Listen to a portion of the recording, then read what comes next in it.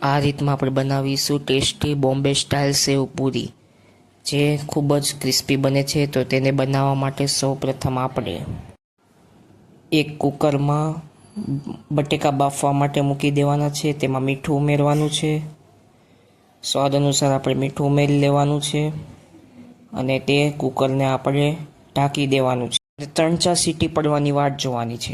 ત્યારબાદ એક વાસણમાં મેંદાનો લોટ લેવાનો છે અને તેમાં સ્વાદ અનુસાર મીઠું ઉમેરવાનું છે આપણે. ત્યારબાદ તેમાં તેલ ઉમેરવાનું છે આપણે, અને આ રીતે તેલ ઉમેરીને આપણે અજમા ઉમેરવાના છે. તમે જોઈ શકો છો, આમ અજમા ઉમેરી ગયા બાદ તેને મિક્સ કરી લેવાનો છે. સારી રીતે આપણે આ લોટને મિક્સ કરી લેવાનો છે. આમ આપણો લોટ કંઈક આવો દેખાશે. ત્યારબાદ તેમાં પાણી ઉમેરી લેવાનું છે જરૂરિયાત મુજબ, અને ફરી મિક્સ કરવાનું છે.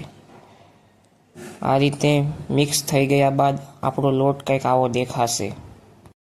હવે આપણા બટેકા બફાઈને તૈયાર થઈ ગયા છે, જોઈ શકો છો.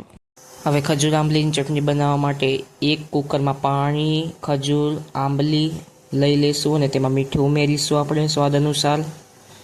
ત્યારબાદ આપણે ગોળ ઉમેરી લઈશું. આમ હજી જરૂરિયાત મુજબ આપણે ગોળ ઉમેરી શકીએ છીએ. ત્યારબાદ કુકરને આપણે ઢાંકી દઈશું. હવે કુકરને ઢાંકી દીધા બાદ 3-4 સીટી પડે ત્યાં સુધી આપણે રાહ જોઈશું. ત્યારબાદ આપણે મેંદાના લોટને આપણે ગોળ આકારમાં વણી લઈશું.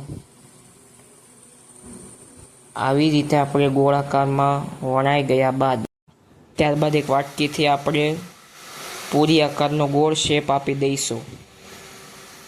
આમ શેપ અપાઈ ગયા બાદ વધેલા ભાગને આપણે સાઈડમાં કાઢી લઈશું આ રીતે.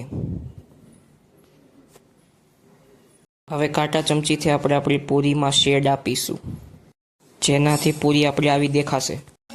હવે લીલી ચટણી બનાવવા માટે આપણે એક મિક્સરમાં મરચાં, આદુ, લસણ લઈશું અને તેમાં જીરું ઉમેરી લઈશું.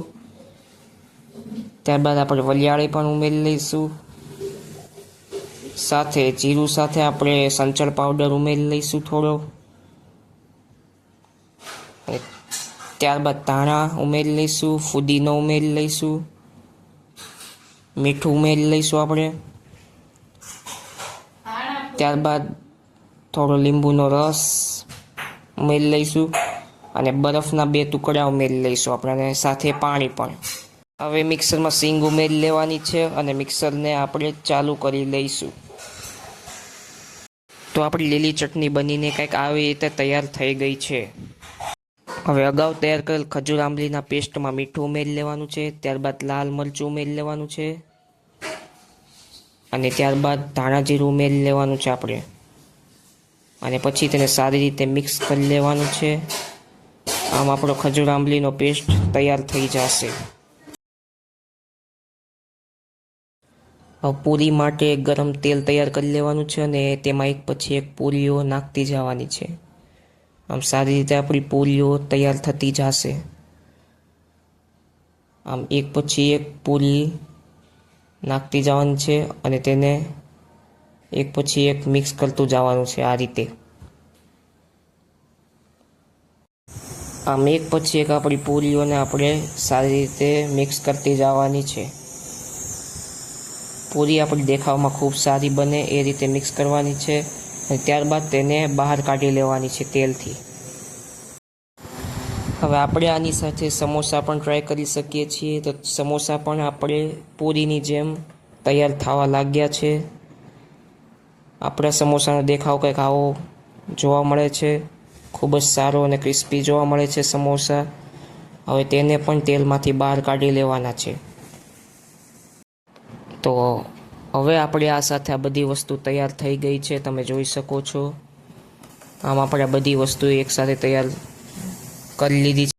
હવે પૂરીમાં આપણે બટેકાનો મસાલો લઈ લેવાનો છે. એક પછી એક પૂરી પર બટેકાનો મસાલો, ત્યારબાદ લીલી ચટણી નાખવા લાગવાની છે. લીલી ચટણી આપણે એક પછી એક પૂરીમાં નાખવા લાગવાની છે. ત્યારબાદ ખજૂર આંબલીની ચટણી નાખવાની છે આપણે, જેથી આપણી પૂરીનો સ્વાદ ખૂબ જ ટેસ્ટી બનશે. ત્યારબાદ લસણની ચટણી આપણે ઉમેરી લેવાની છે પૂરીમાં. ત્યારબાદ કાંદા, આમ એક પછી એક બધી વસ્તુઓ ઉમેરવાની છે. દાડમના દાણા પણ ઉમેરી લેવાના છે આ સાથે આપણે. હવે આપણે પૂરીમાં સેવ ઉમેરી લેવાની છે અને ત્યારબાદ ચાટ મસાલો ઉમેરી લેવાનો છે.